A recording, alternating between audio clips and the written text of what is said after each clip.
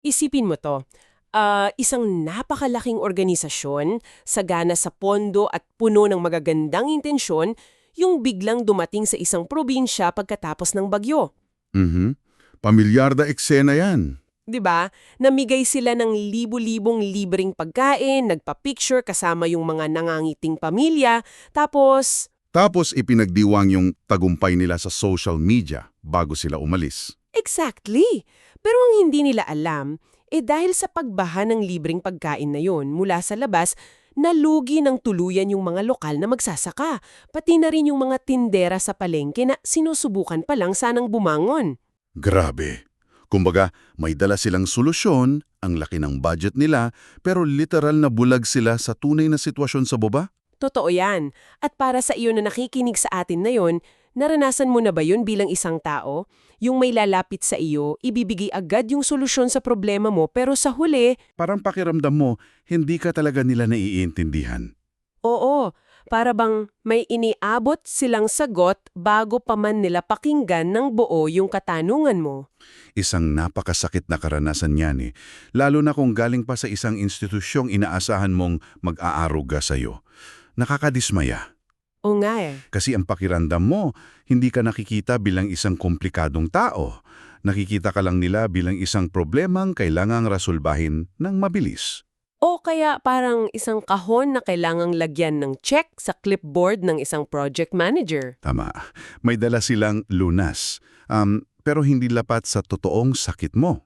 At yan mismo ang sentro ng malalim na pagtatalakay natin ngayon. Hihimayin natin yung mga sipe mula sa isang napakapanahon at talagang nakakagulat na aklat na pinamagatang Mapping for Mission, Seeing What We've Overlooked. Isinulat ito ngayong 2026 ni Chris R. Villasis, di ba? Oo, tama. Isa siyang misyonerong pastor dito sa Pilipinas na may 25 taong karanasan sa paglilingkod sa iba't ibang komunidad. Ang tagal na rin. Matagal na matagal na. At ang misyon natin sa usapang ito para sa iyo na nakikinig lalo na kung isa kang leader, guro, manager o simpleng taong gustong makatulong sa iba ay tuklasin kung bakit madalas nabibigo ang mga organisasyon. At ang nakakagulat dito, hindi sila nabibigo dahil kulang sila sa dedikasyon Hindi, 'di ba? Kasi ang totoo, napaka-busy nila eh. Sobrang busy. Nabibigo sila dahil nabubuo sa kanila yung isang uri ng institutional na pagkabulag sa totoong pangangailangan ng mga taong gusto nilang tulungan. Okay, himayan natin ito. Kasi madalas nating iniisip na kapag ang isang organisasyon ay hindi epektibo, siguro tamad lang sila. O baka walang ginagawa. Oo, pero kabaliktaran yung sinasabi sa aklat eh. Napaka-busy ng mga simbahang ito, puno ang kalendaryo, sunod-sunod ang events, walang patid yung outreach. Yung pinakapunto ni Villasis dito, at medyo sampal ito sa nakasanayan nating corporate o institutional culture, ay yung ideya na ang mabisang pagtulong ay hindi kailanman nagsisimula sa pag-aakala. Yung tinatawag nating assumption. Exactly. Dapat itong magsimula sa maingat na pagmamasid o discernment. Binibigyan diin niya na ang isang simbahan o anumang grupo ay dapat munang matutong maging isang tagamasid, isang seer, bago ito maging isang tagapagdala ng mensahe. Isang sender. Tama. Kasi kapag nauna yung mensahe bago yung pagtingin, nagiging irresponsable yung tulong. Kailangan nating linawin yung mekanismo nito eh. Yung pagiging abala ay hindi katumbas ng pagiging epektibo. Paano ba nangyayari na ang isang grupong araw-araw nasa labas at may mabuting intensyon ay nagiging bulag doon sa mga taong nasa harapan mismo nila? Magandang tanong iyan dahil ang pagkabulag na ito ay hindi naman sinasadya. Lumalaki ito mula sa mismong sistema ng pagiging abala. Anong ibig mong sabihin? Kapag sobrang dami mong ginagawa, ang utak ng tao, pati na yung kultura ng isang organisasyon, ay otomatikong naghahanap ng shortcut. Para mas mapabilis yung trabaho. Oo, at ang pinakamadaling shortcut ay yung assumption. Sinasabi ng assumption na alam na natin kung anong kayangan nila. Parang gumana yung feeding program na ito sa kabilang bayan noong 2020, kaya gagana rin ito rito ngayon. Ang tumpak, samantalang ang discernment na siyang iminumungkahi ni Villasis ay humihento at mapagpakumbabang nagtatanong, makinig muna tayo.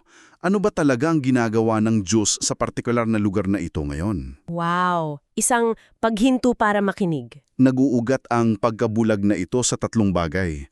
Una, sobrang pagtutok sa loob o inward focus, kung saan mas mahalaga na yung survival ng mga programa kaysa sa epekto nito. Right, yung kailangan lang nating maitahwid yung event natin. Oo.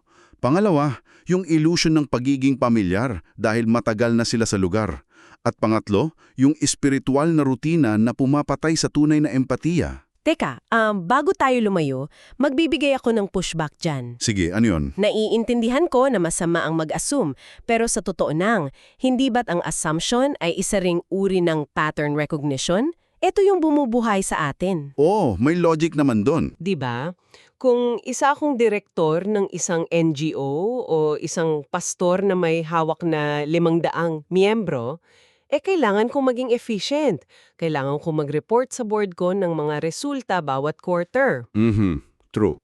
Hindi ko naman pwedeng sabihin sa kanila na, pasensya na po, 6 na buwan kaming walang programa dahil nagmamasid lang kami. Bakit natin sisisihin ang mga leader kung yung sistema mismo ng modernong lipunan humihingi ng bilis at efficiency? Ito ay naglalabas ng isang mahalagang tanong. At inaamin naman yan sa mga paliwanag sa aklat na ang efficiency ay kinakailangan para mabuhay ang mga institusyon ngayon. So, hindi naman masama ang pagiging efficient per se. Hindi. Ngunit, doon din nakatago yung bitak eh. Ipinapaliwanag ni Velasquez kung bakit mapanganib ito sa mga gawaing nakasentro sa tao. Ang pag-assume para maging mabilis ay nangangailangan ng pagpapatag o flattening sa mga individual. Flattening? Parang tinaplansya mo yung pagkatao nila para magkasya sa isang template? Exactly. Tinatanggalan mo sila ng kanilang komplikadong pagkatao at ginagawa mo na lamang silang mga kategorya. Ang totoong pagtingin, yung tunay na discernment, ay hindi pwedeng isiksik sa isang quarterly report. Bakit hindi? Dahil kapag nakita mo ang tao, katulad ng ginawa ni Jesus nang kausapin niya yung babae sa balon na puno ng kahiyan, o si Zaccheo na kinamumuhian ng lipunan, hindi siya nag-abot ng generic na flyer. O nga, hindi niya sinabing, heto ang 3-step program ko para sa iyo. Tama. Ang pagtingin ng malinaw ay isang matinding espiritual na responsibilidad at sa totoo lang, nakakatakot ito para sa mga institusyon. Nakakatakot? Paanong naging nakakatakot ang simpleng pag-aalam sa totoong sitwasyon ng komunidad? Nakakatakot dahil kapag nakita mo yung totoong ugat ng sugat ng isang komunidad, obligadong magbago ang mga plano mo. Kasi hindi na uubre yung nakascheduled mo na budget? Totoo. Halimbawa, akala mo ang kailangan ng mga kabataan sa lugar ninyo ay isang masayang sports festival. Kasi yun yung ginawa nyo last year, di ba? Oo. Pero pagkatapos mong magmasid ng malalim, nalaman mong ang totoong problema pala ay matinding depresyon at trauma dahil sa mga nawasak nilang pamilya. Oh, wow! Bigla, yung budget at plano ninyo para sa basketball tournament ay parang walang kwenta at hindi na angkop. Lumilikha ng pananagutan ng pagtingin. Kaya pala mas madaling magbulag-bulagan. Mas madaling mag-assume at ituloy yung sports fest kesa aminin kailangan mong baguhin yung buong sistema mo para matugunan ang totoong sakit na nasa harapan mo. Grabe. Kaya pala mas gusto nating ipilit yung alam na natin kasi nakakagulo nga ng kalendaryo ang katotohanan. Exactly. At dito tayo papasok sa isang konseptong paborito ko sa aklat na ito, yung tinatawag ni Velasquez na teolohiya ng lugar o theology of place at yung incarnate na presensya. Napakagandang konsepto niyan. Diba? Kung ang problema ay yung generic na solusyon, ang sagot ay yung physical na paglubog sa lugar. At ipinapaliwanag niya ito sa theological na paraan. Hindi nagliligtas ang Diyos sa isang abstract na paraan Hindi siya nagbato ng solusyon mula sa ulap. Pumapasok siya sa mga totoong lugar. Sa maalikabok na kalsada ng Israel, sa diserto, sa gitna ng gulo ng mga lungsod. Eksakto. At ang bawat lugar na iyon ay may sariling heograpiya. Hindi lang sa aspektong pisikal na may ilog ba dyan o bundok, kundi sa heograpiya ng pamumuhay. Tinatawag ito ni Velasquez na mga ritmo ng komunidad. Mga ritmo. Parang beat. Oo, kasi ibang-iba ang ritmo ng isang farming village na gising na nung 4:00 ng madaling araw kumpara sa isang BPO o call center hub na nagigising pagsapit ng gabi. Oo nga, hindi mo pwedeng bigyan ng morning seminar yung mga tao sa BPO. Tama. Ang misyon, kung susundin natin ang aklat, ay dapat incarnational. Ibig sabihin, physical kang roon, nakakaranas ng parehong traffic, parehong init, parehong ingay. Hindi pwedeng nag-i-import ka lang ng impormasyon o nagpapamudmud ng tulong mula sa likod ng isang tinted na van. Hindi talaga. Ang pagbuo ng tiwala ay pisikal. Iyon ang tulay kung saan naglalakbay ang tunay na tulong o ang ebanghelyo. At ang tiwalang iyan ay hindi pwedeng magadalian ng kahit anong efficiency model. Dito na magiging sobrang kawili-wili. Gusto kong gamitin yung analohiya ng isang banda. Sige, paano yan? Ang isang komunidad ay parang isang jazz band na tumutugtog sa sarili nilang tempo. Hindi ka pwedeng bigla na lang umangkyat sa entablado na may dalang sarili mong plaka, i-play iyon ng malakas at asahan na sasabay sila sa beat mo. Magkakaroon ng ingay, hindi musika. Kailangan mong maupo muna, pakinggan yung bassline, pakiramdaman yung kumpas ng tambol, bago ka pumasok at mag-ambag ng sarili mong nota. Ang ganda niyan. Pero heto ang tanong ko sa'yo. Sa isang komplikadong lipunan, ang daming kantang tumutugtog ng sabay-sabay. Paano tayo tutugon sa mga taong nagmamadali palagi dahil 3 ang trabaho, tapos meron namang nakatambay lang maghapon dahil walang makuhang trabaho? Ibang-iba yung ritmo nila. Hindi ba nakakabaliw na subukang sabayan ang lahat ng ritmong ito? Ang nakakamangha rito ay, nakakabaliw nga talaga kung ang paliniwala mo ay ikaw ang kailangang kumontrol at mag-ayos ng buong banda. Yung tipong feeling conductor ka. Oo, pero dito nagbibigay si Villases ng isang napakalalim at nakakapagpapalayang theological na katotohanan.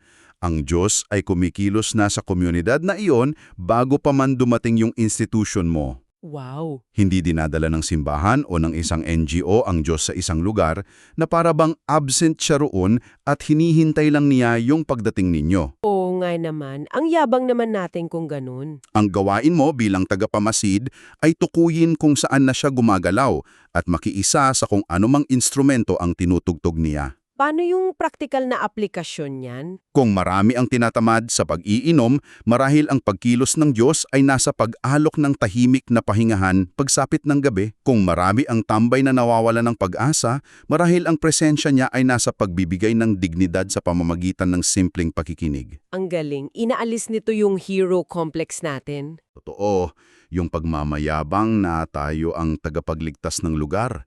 At higit sa lahat, pinoprokiktahan din tayo nito laban sa matinding pagkapagod. Hindi ikaw ang bida nakikibahagi ka lang. Ang laking ginhawa noon sa isip na hindi mo kailangang pasanin ang buong mundo. Hahanapin mo lang kung saan ka sasabay. Tama, Pero alam mo, kung pagmamapa rin lang ng komunidad ang pag-uusapan natin, nasa 226 na tayo. oo nga. Hindi ba't ginagawa na natin ang mapping ngayon gamit ang digital data? Algorithms, heat maps, social media trends, dito ako kinilabutan sa babala ng aklat Dahil masyado tayong nagtitiwala sa data. Oo, dahil pwedeng isipin ng isang manager or pastor, alam ko na ang ritmo nila. Nakita ko sa dashboard na mas aktibo silang online tuwing 8:00 ng gabi, kaya doon tayo magpapatarget ads ng programa natin. At iyan ang tinatawag ni Villases na illusion ng digital na panahon. Oo, mas madali na tayong makakolekta ng impormasyon ngayon, pero ang digital na buhay ay nagbabago ng definisyon natin ng tiwala at lapit. Paanong nagbabago? Mapapansin mo sa paligid mo ngayon para sa iyo na nakikinig, palagi tayong konektado. Pero bakit? Pataas ng pataas ang kaso ng kalungkutan at isolation. Oo nga, kahit libo-libo yung friends mo online. Nagkakaroon ng maling akala yung mga institusyon na dahil umaabot sa 10,000 ang views o likes ng kanilang livestream ay kilala na nila ang komunidad. Ang babala ng aklat dito ay laban sa reductionism. reductionism. Kung isa kang mid-level manager na nakikinig ngayon tapos puro Key Performance Indicators o KPIs ang inaasikaso mo araw-araw, alam na alam mo kung gaano kasakit ito, 'di ba? Napakasakit niyan. Ito yung kagtrato sa mga tao bilang data points o numero sa Excel sheet. Kasi kung may 1,000 tao akong dapat pagsilbihan, ang hirap intindihin ng 1,000 magkakaibang kwento. Magulo yun. Totoo yan. Pero kapag ginawa ko silang kategorya, halimbawa, ang mga Gen Z, ang mga urban poor, ang mga single moms, biglang ang daling gawa ng plano. Tumpak yung dahilan mo. Ginagawa ng mga institusyon ang reductionism na ito dahil napakahirap i-manage ng totoong emosyon at kwento ng tao. Mas madaling bilangin ang mga naka-attend kesa sukatin ang mga pusong naghilom. Oo nga. Pero ang panganib ng pag-asa lang sa data analytics at demographics ay nakikita mo nga kung ano ang binibili nila o kung anong oras sila nag-o-online pero hindi ipinapakita ng data kung bakit sila umiiyak bago matulog. Ang bigat noon, hindi kita sa heat map yung luha eh. Kung ikokonekta natin ito sa mas malaking larawan, walang kwenta ang perpektong algorithm kung ang pinag-uusapan natin ay ang kaluluwa at kapakanan ng tao. Hindi namatay si Jesus para sa mga demografiko o para mag-hit ng target KPI. Hindi para sa isang kategorya. Namatay siya para sa mga partikular na tao na may mga pangalan, muka at kasaysayan. Nakakaisip ako ng isang mas lapat na analohiya rito. Kumbaga, ang pagdadepende sa digital metrics para makilala ang isang komunidad ay parang pag-asa ng buong-buo sa Google Maps para intindihin ang isang lugar. Sige, paanong parang Google Maps? Ipinapakita sa iyo ng mapa yung mga pangalan ng kalye, kung saan matraffic, kung gaano kabilis makarating mula point A hanggang point B. Data iyon. Pero hindi ipinapakita ng Google Maps na amoy imburnal pala yung kalyeng yun o kaya naman may nag-iinuman sa kanto na pwede mong makaalitan o di kaya bahagyang baha pala doon na hindi kayang daanan ng sasakyan mo. Oo, hindi mo makikita yun sa screen. Ang mapa ay hindi ang kabuuan ng teritoryo. Kung nakatingin ka lang sa screen, marami kang impormasyon pero wala kang tunay na kaalaman. Kinakailangan mo pa ring bumaba ng sasakyan at ilubog ang paa mo sa baha para talagang maunawaan yung sitwasyon. Napakagandang paglalarawan yan at kapag bumaba ka na sa sasakyan at naranasan mo na ang totoong teritoryo, magbabago ang lahat. Paanong magbabago? Ang pagmamapa na ininumungkahi ni Villasis ay hindi tungkol sa pangungulekta ng impormasyon para mas makontrol mo ay yung mga tao o para maging mas matalino ang strategy ninyo. Ang pagmamasid ay isang pagbibigay galang. Isang pagbibigay galang? Isang sagradong gawain ito, kung saan nakikita mo hindi lamang yung mga sugat at kahinaan ng isang komunidad, yung kanilang problema sa pera, ang mga bisyo, ang pagkakawatak-watak, kundi pati na rin yung kanilang mga natatagong yaman at talento na naghihintay lang matuklasan. Nakikita mo yung buong pagkatao nila. Oo, kung makikita mo sila bilang buong tao, hinding-hindi ka na makukontento sa mga lumang sukatan ng tagumpay. Kaya ano ba talaga ang ibig sabihin nito? At iyan mismo ang nagdadala sa atin sa isang napakalaking hamon na inilatag ng aklat. Kapag itinapon na natin ang Excel sheet at yung mga generic na programa, paano nating malalaman kung nagtatagumpay tayo? Yun ang mahirap na parte. 'Di ba? Paano ba natin sinusukat yung success kapag binago mo yung paraan ng pagtingin mo? Kasi sa totoo lang, sanay na sanay tayo sa kultura ngayon na ang tagumpay ay katumbas ng numero.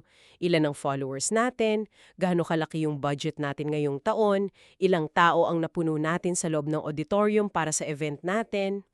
Ang mga numerong yan ay pwedeng magpakita ng aktibidad at popularidad. Pero tulad ng giit ni Villasis, hindi ito kailanman magiging sukatan ng lalim at totoong pagbabago. Parang isang gym na nagyayabang na libo-libo ang pumasok sa pinto nila, pero ni isa sa mga yon walang pumayat o naging malusog. Eksakto. Pwedeng punong-puno yung isang simbahan o opisina tuwing Linggo o Lunes, pwedeng libo-libo ang nag-share ng post ninyo. Pero pag-uwi nila sa kanilang mga bahay, nananatiling magulo ang kanilang pamilya. Walang nabago sa kanilang pagkatao. Kaya ang mga bagong sukatan na inimunongkahi ng aklat ay mga bagay na napakahirap ilagay sa pie chart. Ano-ano yon? Ang paglago ng pag-ibig sa komunidad, Ang pagpapanumbalik ng mga nasirang relasyon ng magkakapit-bahay at yung tunay na transformasyon ng buhay ng isang tao na mula sa pagiging makasarili ay natututong mag-alaga sa iba. Ibig sabihin, nag-iiba yung mismong tanong natin. Imbes na itanong ng mga leader natin yung paano natin mapapapunta ang mas maraming tao sa loob ng ating gusali at makasali sa programa natin, ang mas matapang at mas tamang tanong ay, paano tayo magiging pagpapala at lunas mismo sa lugar kung saan sila nakatira at nagtatrabaho ngayon? Napakagandang buod niyan. At para hindi tayo maligaw pabalik sa pagiging isang simpleng sociological project o pag-aanalisa ng lipunan na walang kaluluwa, inilalatag ni Villacis ang pinakamahalagang panlaban. Ano ito? Ang integrasyon ng panalangin at pagmamasid. Kung magmamasid ka lang para kumuha ng datos, siyentipiko ka lang na nakatingin sa mga laboratory rats. Ouch! Oo nga naman. Ngunit kapag isinama mo ang panalangin sa iyong pagtingin, yung mapang ginagawa mo ay nagiging isang espiritual na gabay. Pipigilan nito ang kahit anong institusyon na manipulahin ang mga tao para lamang makuha yung mga numerong gusto nilang makita sa kanilang annual report. Kasi minsan, nagagamit natin yung mga tao para pabanguhin yung pangalan ng organisasyon natin. Totoo yan. Ang panalangin ang nagtitiyak ang pagtingin natin ay may kasamang pagmamahal, hindi lang interes. Napakalalim ng paglalakbay na ginawa natin ngayon sa mga pahina ng aklat ni Chris Villacis. Nagsimula tayo sa pag-intindi kung bakit yung pag-assume kahit gaano man ito kabilis at ka-efficient ay literal na nakakabulag sa atin sa tunay na sitwasyon ng mga taong nais nating tulungan. Nakita natin kung bakit mahalaga ang pisikal at incarnate na presensya. Yung paglubog mismo sa lugar at pagsabay sa ritmo ng komunidad. At tinalakay din natin yung napakalaking bitag ng digital na panahon na nagiging dahilan para ituring natin ang mga tao bilang mga data points na lamang.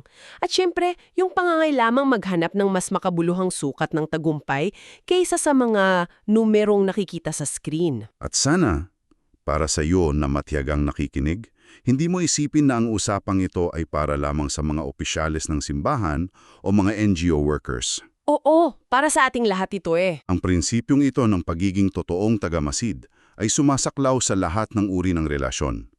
Kung ikaw ay isang magulang na hindi maintindihan yung nagre-rebelding anak, isang manager na naguguluhan kung bakit walang motibasyon ng team mo, o isang kaibigan na gustong dumamay sa isang taong may pinagdadaanan, Hindi agad payo ang unang kailangan. tama. Ang unang hakbang ay hindi ang pagbibigay ng payo o pagpapatupad ng bagong panuntunan. Ang unang hakbang ay laging matutong tumingin ng malinaw at makinig ng walang bitbit na paboritong solusyon. Napakaganda nun. At bago tayo tuluyang maghiwalay, gusto naming mag-iwan sa iyo ng isang nakatagong ginto mula sa aklat na ito na pwede mong pagnilayan. Ano yon? Nabanggit sa aklat na ang pagkabigo o ang frustration ay minsan isang napakalaking regalo mula sa realidad. Wait, regalo yung frustration? Oo. Bakit? Dahil kapag nakakaramdam ka ng matinding frustration sa hindi paggana ng ginagawa mo, ipinapakita lang nito na yung mga lumang playbook at diskarte na komportable ka nang gamitin ay patay na. Makes sense. Hindi na ito angkop sa buhay na nasa harapan mo ngayon. Ang frustration ay ang paraan ng mundo para gisingin ka mula sa pagkabulag mo. Wow, isang napakalakas na realization yan. Kaya narito ang tanong para sa iyo na nakinig. Saang bahagi ng buhay mo ngayon, baka sa pagpapatakbo mo ng negosyo, sa pagpapalaki ng anak, o sa pagtulong sa isang komunidad, ikaw nakakaramdam ng matinding frustration dahil pinipilit mong ipasok yung isang pangkalahatan at lumang solusyon sa isang sitwasyong napaka-komplikado at nagbago na. Panahon na siguro para mag-pause. Baka oras na nga para ibaba ang mga lumang libro ng mga patakaran, lumabas ng pinto at aminin na hindi mo alam ang lahat. Oras na para magmasid, makinig sa totoong ritmo at gumawa ng sarili mong bagong mapa. Dahil minsan, ang pinakamalaking tulong na maibibigay natin sa isang tao ay hindi ang pagbibigay agad ng sagot, kundi ang pagpapadama sa kanila na sa wakas sila ay totoong nakita. Hanggang sa muli sa ating susunod na malalim na pagtalakay.